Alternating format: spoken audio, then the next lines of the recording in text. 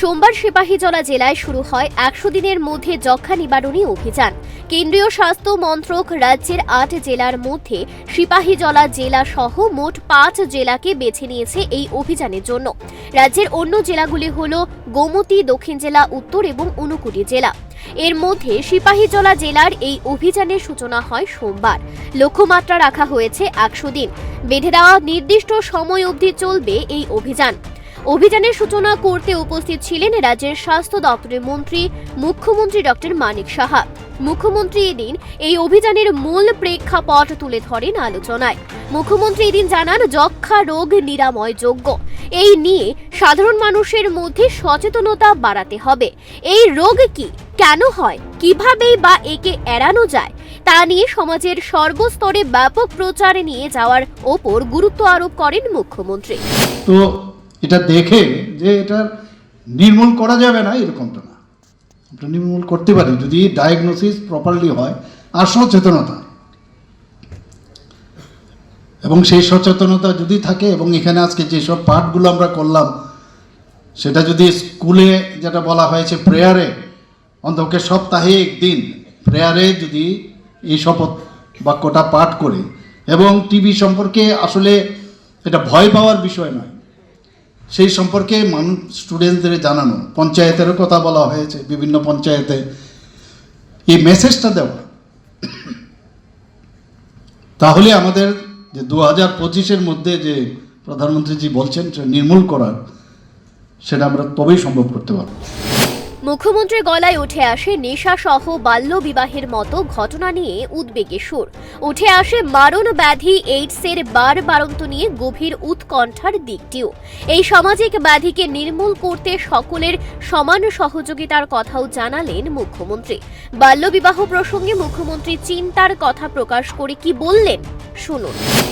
বিবাহের কথা বলা হয়েছে, আমাদের ডিএম সাহেব বলেছেন যে এর বিরুদ্ধে এরও প্রতিরোধ করার শপথ সংকল্প সেটাও নেওয়া হয়েছে, এবং এটা একটা অ্যালার্মিং বিষয় যে 3rd পজিশনে সারা ভারতবর্ষের মধ্যে ভালোর দিকে আমরা থাকি, এখানে যদি এই ধরনের ঘটনায় আমরা যদি 3rd পজিশনে থাকি তো চিন্তার বিষয়। আমাদের সেই দিকে এখন নজর রাখতে হবে, এবং বিশেষ করে সাউথে আমি দেখেছি এটা বেশি প্রকট, এবং সিপাহীজলাও আছে, নর্থেও আছে কিছু জায়গায়, তো এটা হওয়া উচিত না। নেশার ক্রমবর্ধমান বিস্তারের হাত ধরে প্রসার ঘটছে মারণ ব্যাধি এইডস। নেশা মুক্তির জন্য প্রতি জেলাতে একটি করে নেশা মুক্তি কেন্দ্র খোলার চিন্তা ভাবনা রয়েছে রাজ্য সরকারের। এই জেলায় প্রায় 200 কোটি টাকায় গড়ে তোলা হবে D addiction centre. Drug abuser যারা আছে, আপনারা সবাই জানেন যে ড্রাগের থেকে এখন যে HIV ইনফেকশন হচ্ছে, এখন ছেলেরা ইভেন মেয়েদের মধ্যেও এই প্রবণতা বেড়ে গেছে।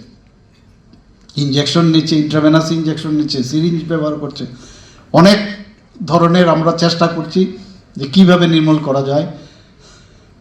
এখানে আমাদের সেক্রেটারি মহোদয় অলরেডি বলে দিয়েছেন, আমরা বিধানসভায় বলেছি প্রতিটা ডিস্ট্রিক্টে আমরা একটা করে আমরা ডি অ্যাডিকশন সেন্টার, শুধু একদিকে যারা এফেক্টেড তাদের কিভাবে ডি অ্যাডিকশন করা যায়, আবার আরেক দিকে আমরা যাতে এই ডি অ্যাডিকশনের দিকে না যায় তার ব্যবস্থা আমরা করছি। সিপাহীজলাতে প্রায় 200 কোটি টাকার একটা ডোনার মিনিস্ট্রি থেকে আমরা পেয়েছি, সেটা হবে। ১০০ দিনের মধ্যে যক্ষ্মা নির্মূলীকরণ অভিযানের সূচনা করেন মুখ্যমন্ত্রী ডক্টর মানিক সাহা। মুখ্যমন্ত্রী ছাড়াও এই দিনের কর্মসূচিতে উপস্থিত ছিলেন জেলা শাসক, জেলা স্বাস্থ্য আধিকারিক, বিধায়ক সুশান্ত দেব, জেলা স্বাস্থ্য বিভাগের বিভিন্ন আধিকারিক, জেলার সমস্ত আশাকর্মী সহ সংশ্লিষ্টরা। যক্ষ্মা রোগাক্রান্ত রোগী যারা চিকিৎসা পরিষেবা গ্রহণ করার মধ্য দিয়ে এখন সুস্থ জীবনযাপন করছেন, এই কর্মকাণ্ডে যাদের অক্লান্ত পরিশ্রম জড়িয়ে আছে সেই সকল আশা কর্মীদের মঞ্চে পুরস্কৃত করেন মুখ্যমন্ত্রী সহ অন্যান্য অতিথিরা। বাল্যবিবাহ রোধ, নেশার বিরুদ্ধে রুখে দাঁড়ানো সহ 2025 সালের মধ্যে রাজ্যকে যক্ষ্মা মুক্ত করার সংকল্পের শপথ বাক্য পাঠ করানো হয় সভা মঞ্চে। Bureau report, Times 24। জুড়ে থাকে বাঁধন আপনার চেয়ে আপন, জুড়ে থাকে বাঁধন আপনার চেয়েও আপন, আপনার চেয়েও আপন।